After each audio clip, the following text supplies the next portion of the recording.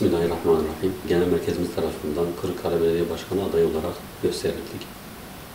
İnşallah Rabbim nasip ederse elimizden gelen hizmeti yerine getireceğiz.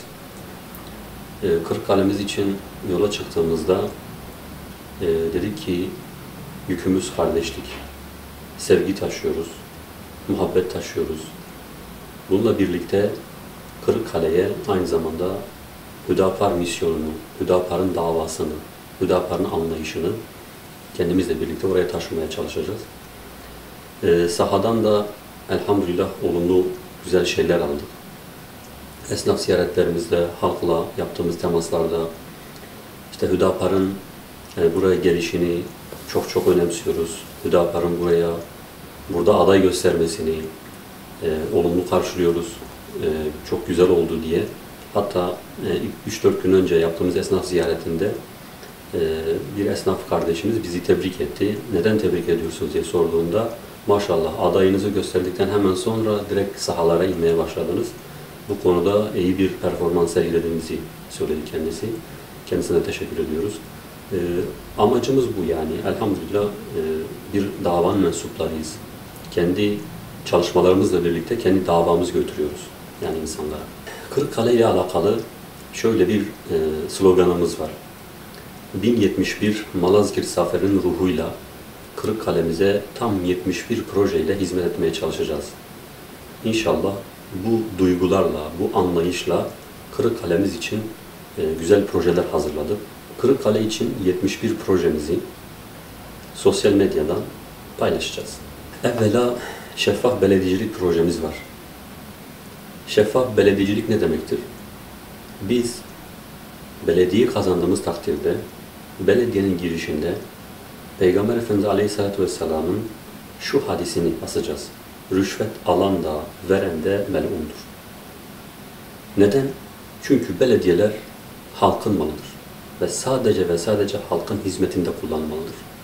Belediyenin malını, yetimin malını koruyormuş gibi muhafaza edeceğiz. Ve bu şekilde hizmet etmeyi düşünüyoruz. Bu bizim en başat projemizdir. Bir diğer projemiz, Kırıkkale'nin su problemi olduğunu tespit ettik. Yani evler, haneler musluktan temiz su içemiyor. Yani şu anda musluklardan akan su içilemiyor. Biz Kırıkkale'miz için bütün hanelere musluktan temiz, içilebilir su projemizi gerçekleştireceğiz. Yani arıtma cihazı ihtiyacı olmayacak. Kırıkkale'yi 50 yıl ileriye götürebilecek bir projemiz var.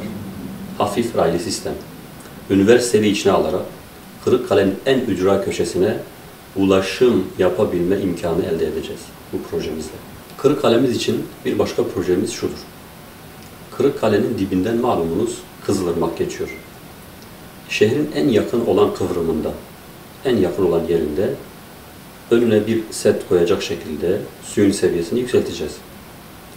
Etrafında güzel bir mesire alanı, oturma yerleri, kamelyalar oluşturacak şekilde hem yürüyüş parkı hem de rahat bir şekilde dolaşabileceğimiz bir park yapacağız.